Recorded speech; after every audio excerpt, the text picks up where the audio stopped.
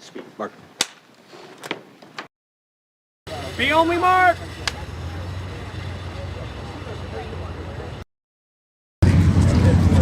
I will. Yeah. Oh, I see, man. I mean, don't let them get spread out too much. No, but they would have to take some while.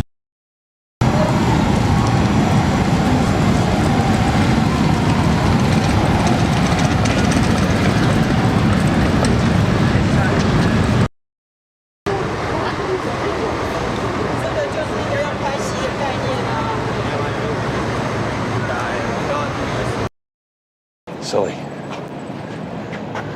Don't worry, you did a great thing. It's going to be remembered for a very long time. The funny thing is, it delivered 1 million passengers over 40 years in the air. And in the end, I'm going to be judged by 208 seconds. I don't like not being in control of this process. I want myself back. I'm open 6 months from now. We'll just be laughing about how we got to meet David Letterman. It's really 70 degrees out here. Do you have any contact? Yeah.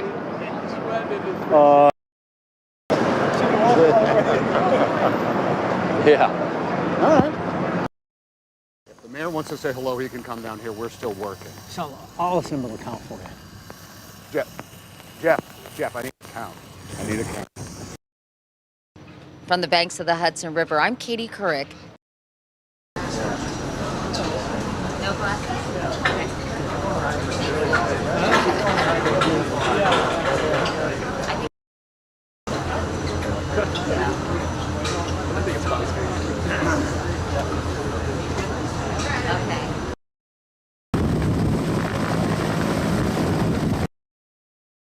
Wasn't there a version of the script where they were playing upside down? That was a different movie. That might have been a different movie. So we had to show flirty, happy, I love the airport Sully before he gets on the plane. Can't wait to eat my $8 tuna sandwich. Oh, yeah. Unbuckling your seat. It was a 5-point thing. It was do a turn or a pull? What do I do? First, I had the turnbuckle on upside down, so that was sure. Happy to really kids. Yeah, because I was great. So the first. Actually, no. LaGuardia Tower, 1549. We're trying to make 1-3. No relay. We got no power. You're down. You're down. I got an A320 diving for the river. Al, stack all the inbounds to LaGuardia. It's going nuts up top. Aren't you coming? I guess he didn't hear. I lost Cactus 1549 in the Hudson. I guess you didn't hear. He landed the son of a bitch. What? Everyone has been pulled off. It's a miracle. I thought I lost them all. Are they paying you for all this media stuff at least? Well, I wish the bank felt the same way. It's just we got this notice. Well, I wish the bank felt the same way. It's just we got this notice about the space in Butte County.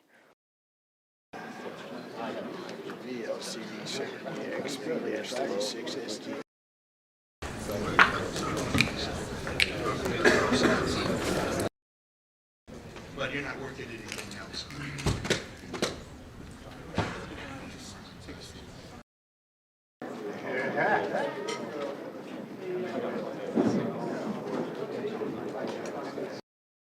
We've all heard about the computer simulations, and now we are watching actual sims, but I can't quite believe you still have not taken into account the human factor. This was a dual-engine loss at 2,800 feet, followed by an immediate water landing with 155 souls on board. No one said you're going to lose both engines at an altitude lower than any jet in history, but be cool, turn left, and head back for LaGuardia like you're picking up the milk.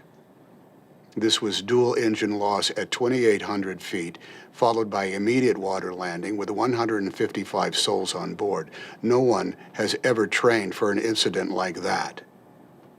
No one, ever.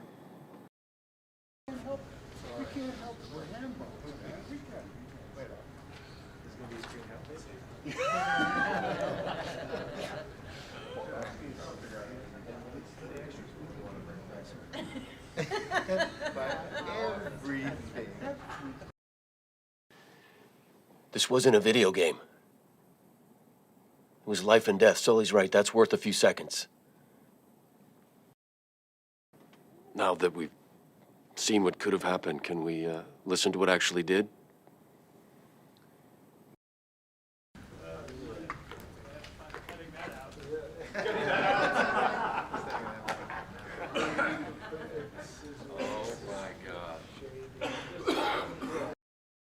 Okay, good morning, ladies and gentlemen, and welcome. My name is Charles Porter. I'm a board member of the National Transportation Safety Board and chairman of this public hearing. Before we listen to the cockpit voice recording, and we will be listening to it for the first time along with you, gentlemen. Per the request. Multiple airports and runways, 3 successful landings. We are simply mimicking what the computer already told us. Great. Hey, Ken? Yep. Oh, you did? Sully's coming.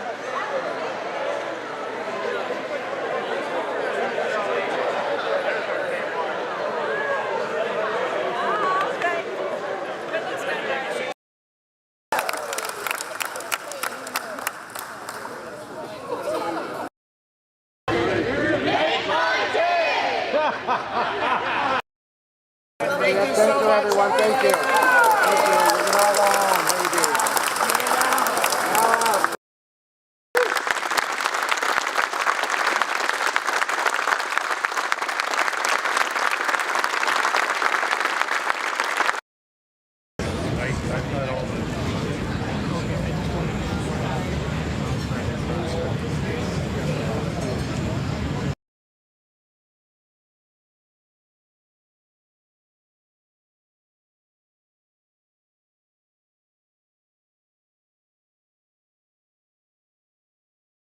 And do the thing, and then we'll turn around. Yeah. Oh, yeah. Perfect.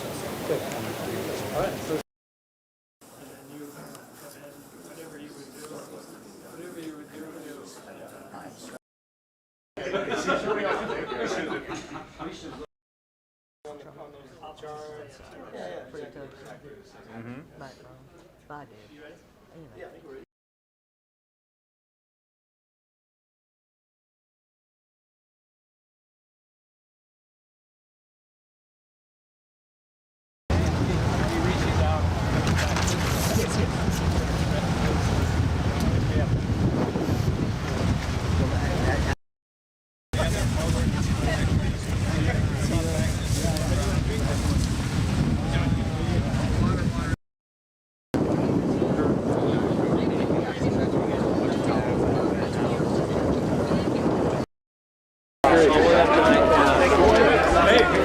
whoa, there we go. Crack me up. Reading the instructions. He found out like standing.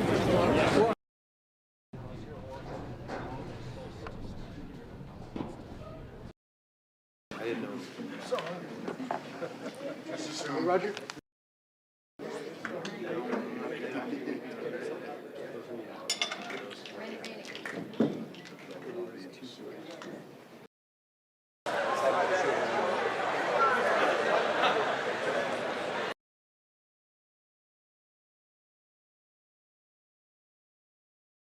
I played Sully Sullenberger, Chesley Sullenberger, who landed a plane in the Hudson when he was supposed to be flying between LaGuardia and Charlotte, North Carolina, with 154 people on board, with him 155, on January 15th, 2009, a day that could have been one of the blackest in the history of aviation and a very black one in the history of the United States, but it ended up being an extraordinary day.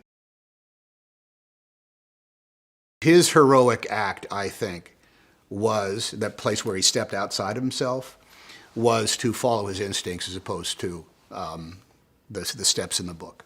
When he, you know, in a flash of instinct, probably that he couldn't even like place himself in the timeline. But at one point, all of his sinews and synapses said, "There's only one place to land, and it's that big flat, expanse of water that's right in the middle." And if you were going to take time in order to have the longer discussion with yourself, you would have gone through that's never been done before. Every time it's happened, it's going to rip the engines right off the wing, and we are going to cartwheel, and we're going to fall apart, and I probably won't even survive. He didn't think that. He thought, no, I can make this landing. He will never say that he's a hero, but that was one heroic thing that he did. The screenplay that I thought was so perfectly a blend of behavior and procedure that whatever shortcuts, whatever moments that we have condensed or altered somehow still have the pure DNA of what I think the moment meant. It is, in a lot of ways, a quintessential New York story. And it's an era of goodwill. It's just a little bit different from, doing something else there. What's the name of the movie? Hey, is this Sully? They get a lot of that. Hey, is this Sully? And because I had the white hair, I was walking around town. Oh man, did I get a lot of that. Sully! I got an awful lot of the Sully screamed at me. Way to go, man! Miracle, miracle man! Miracle on the Hudson, man! Sully! I got that everywhere I went because of that shock of white hair and that beard. But that ends up being part of it is certainly it's the power of the movies. It's the power of the cinema. They already felt a part of something. He's a master filmmaker, and you can tell that from any number. Goes on and on. The films that he's actually made movies. You want to say, I don't think anybody but Clint could have a movie that is literally as dark as that, or as minimalistic as that, or with as big a vast canvas as that. It's intimidating, but it's not fun, It's incredibly pleasant. He's very accessible. It's a diminished gravitas from the event itself. It's a transposed one. It's been refined and translated well after the fact. 7 years later, we're coming up with this story that is trying to encapsulate a real moment that was important to people, and I think Mr. Eastwood has succeeded. I think he has encapsulated a moment that was really important to people and somehow binds us all together in the best of all possible ways.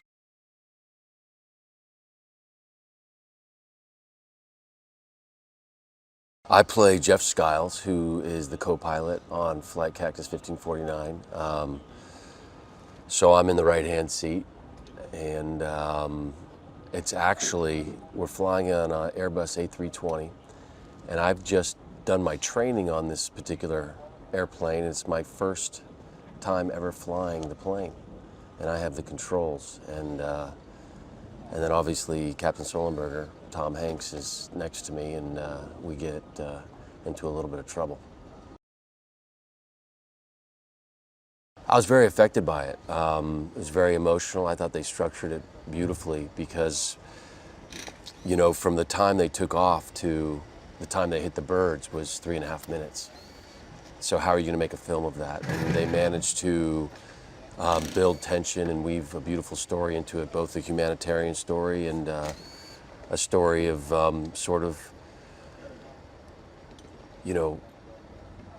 how you could be a hero to some and a zero to others, because you have to go through the NTSB and they have to make sure that everything was up to snuff and that you guys did the right thing. And so the script builds tension through the NTSB while Captain Sullenberger and I are hailed as heroes in the outside world. This is a story that obviously gained national and international attention. It's an important story. It's a heroic story, of being prepared, of managing your emotions and managing your body in times of crisis. And I think there's good lessons to be learned here. He told me that Number one was they were always under control. They felt like they had a good landing in the Hudson. They felt like it was a controlled landing. He expressed that there was trauma involved. I mean, it had an effect on him physically afterwards, with post-traumatic stress syndrome, lack of sleep, lack of eating, nervousness, that sort of thing, which lasted 2 or 3 months, and they got counseling for it. And he's flying today. He's doing it, the international flight still, and so he's very much a flyer. He's a captain himself, even though he was in the co-pilot seat then, and they both have tremendous respect for each other and keep in touch with each other and feel like this is obviously an event, a once-in-a-lifetime event, and so it's bonded them. Tom Hanks is an extraordinary actor. He really is. He's what I call a big boy, and there's a reason for that, and he shows it every time he acts. He's so controlled, he's effortless, and it's really an honor to be around him. I hope that it's having an effect on me. I'd like to learn some of his tricks. He's a very nice guy. Everybody loves being around him. He has a joke for everybody. He involves everybody. But mostly he's just Sully.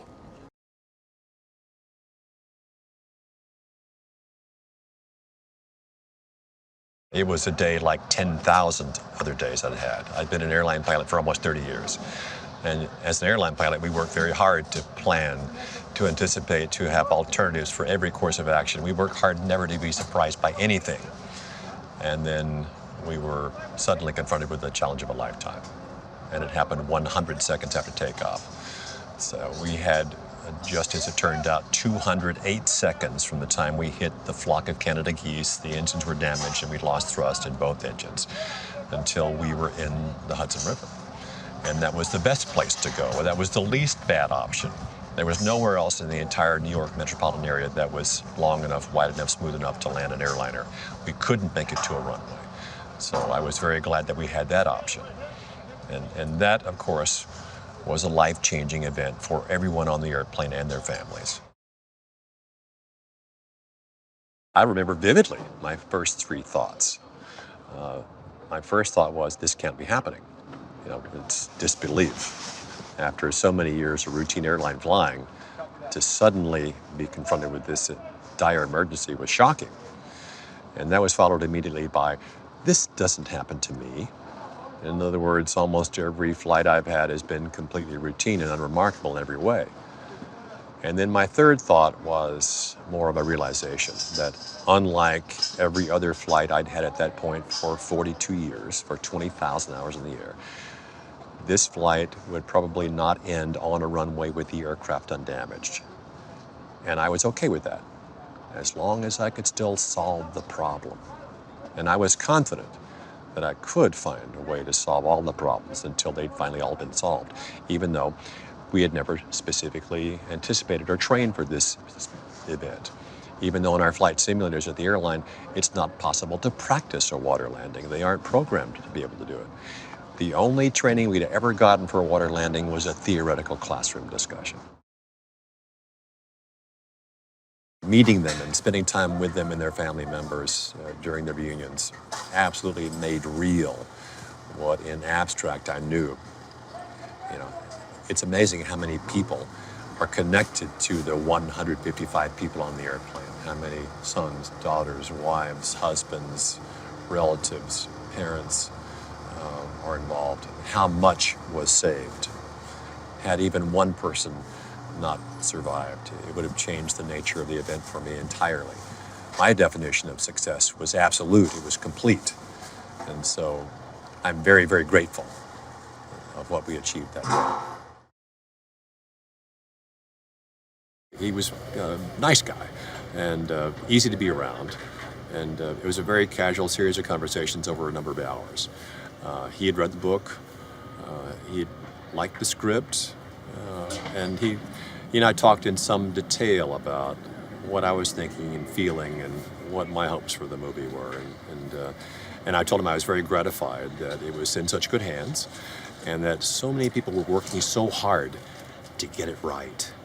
You know, and in fact, we were really amazed how many little details they asked us about. I mean, what kind of pen did you have in your pocket, or what kind of watch do you wear? What do your rings look like, or you know, what do you wear? What did you wear when you went to the interviews with the investigators for the first time?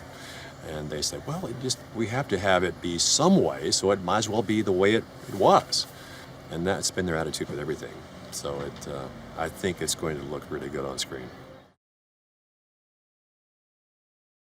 He came across as just what you see. I mean, somebody who was very at ease and a gifted filmmaker and a storyteller and kind of a quiet guy and unassuming. And yeah, we seemed to have a good rapport, and he liked the stories I tell and how I told them.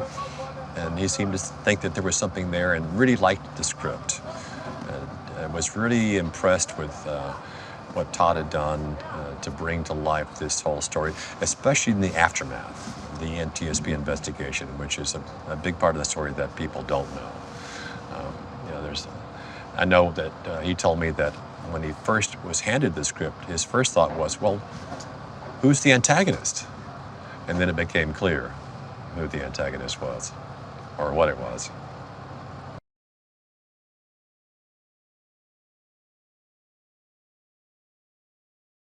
Well, he's great. I can see why he became sort of an iconic figure, because he's kind of like, he's like Gary Cooper or somebody. He just walking in off the room, you kind of go, oh yeah. Anybody who keeps their wits about them when things are going wrong and can figure, sort of negotiate through all the problems without panicking is obviously somebody who's quite superior. Working with Tom is terrific. He's I've known him from around, but we'd never worked together.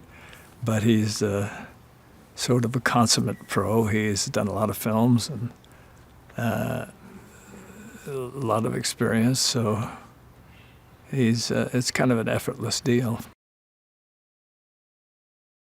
I liked him. I'd seen him in a few films, and I thought he was a very good actor and the kind of personality that Skiles would be. Now, I didn't know Skiles at that time, but just by looking at him and just by hearing people talk about him who knew him, I kind of got an impression of him.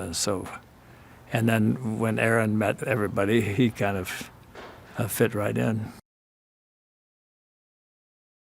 Laura, I've worked with on several occasions, and she played my daughter once in a film, and then she played Lady Macbeth type character in Mystic River, in which she was brilliant, I thought.